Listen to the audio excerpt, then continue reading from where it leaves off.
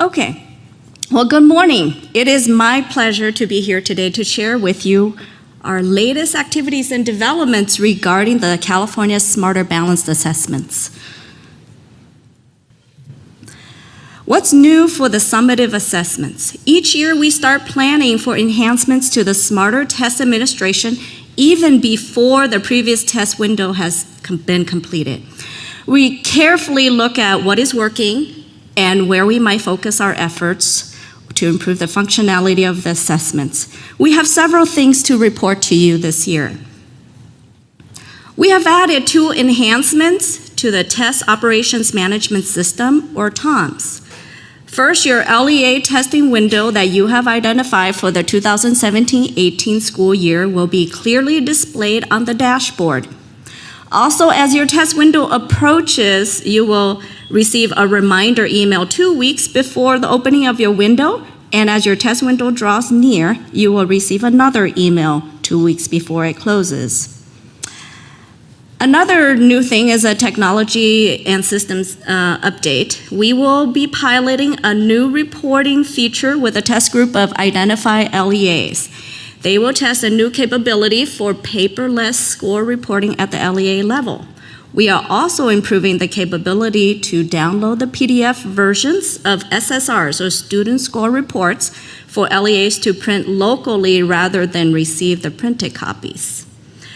This new reporting feature will allow LEAs to opt in for an electronic transfer of their final SSRs directly into their local student information system. Stay tuned, more information will be forthcoming in the future months.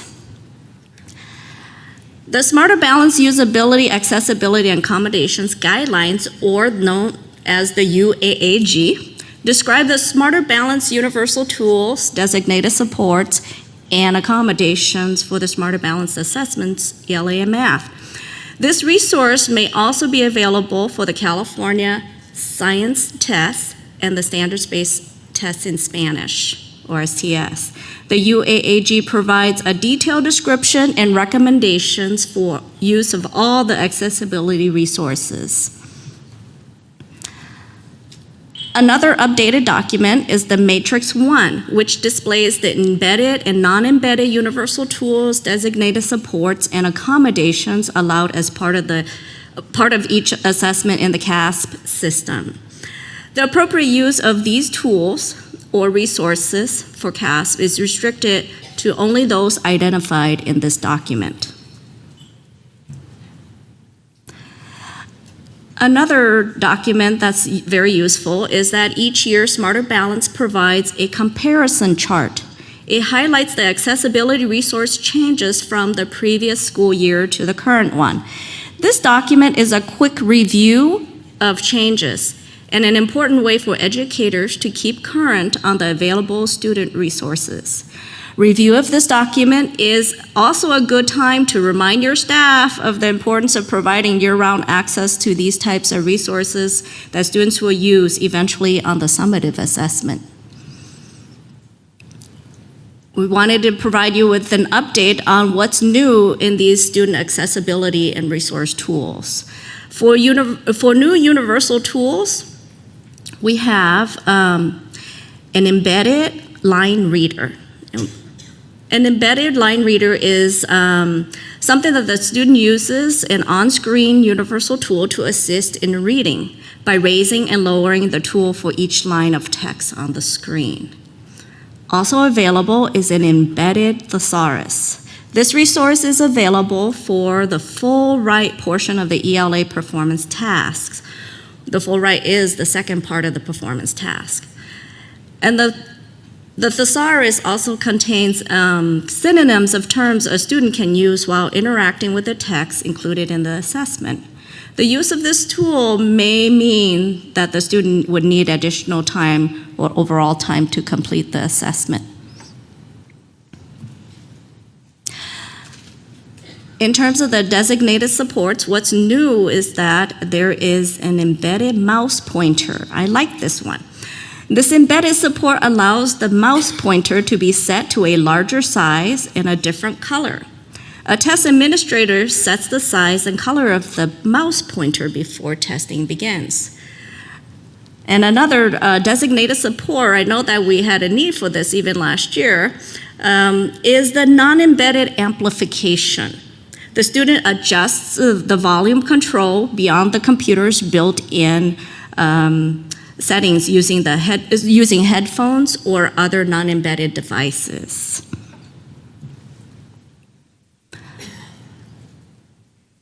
More new accommodation, in terms of accommodations, we do have the embedded audio transcript. This one's an exciting one too, which includes a Braille transcript.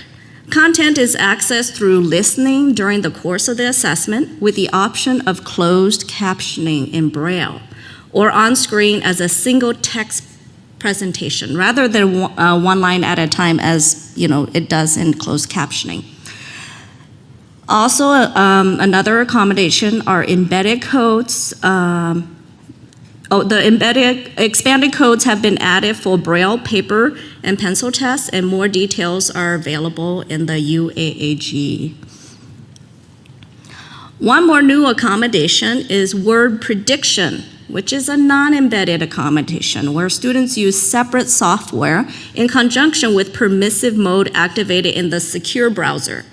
As the student begins to write a word, the software provides a list of possible words to choose from. Word prediction software must be able to operate in single word prediction mode.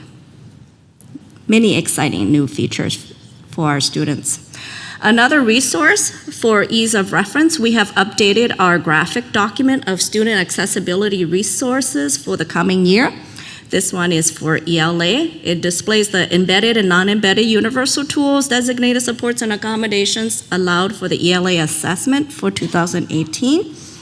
Simple, quick reference. There's a link for you also. And here, likewise, we have updated the graphic display of universal tools, designated supports, and accommodations for math.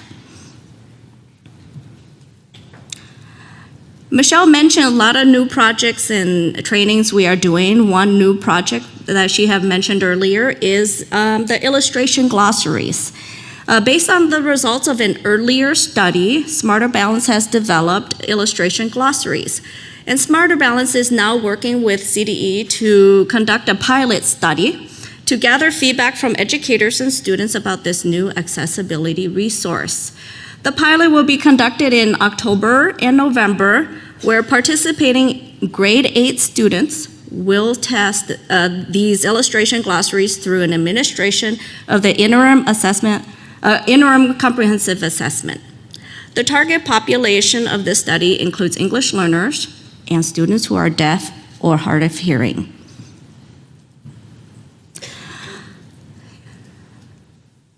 The Back to School Toolkit is another resource. One of our newest web pages, Back to School Toolkit, includes resources for school site administrators. I remember when I was a LEA coordinator, it's hard to help the site administrators, but now that we have these resources, hopefully you find them very useful. Site administrators can use them when they're talking to educators or parents at back-to-school activities. These resources focus on the CASP system, but also include resources for LPAC. It's designed for quick access to some key resources, and it includes information documents and communication resources. We have recently developed several new resources, such as the assessment fact sheet, which can be created for each state test. It's a reference sheet of basic information that tells you the what, why, who, and how for each assessment. A timeline is also included at the bottom, indicating the assessment window for the current school year.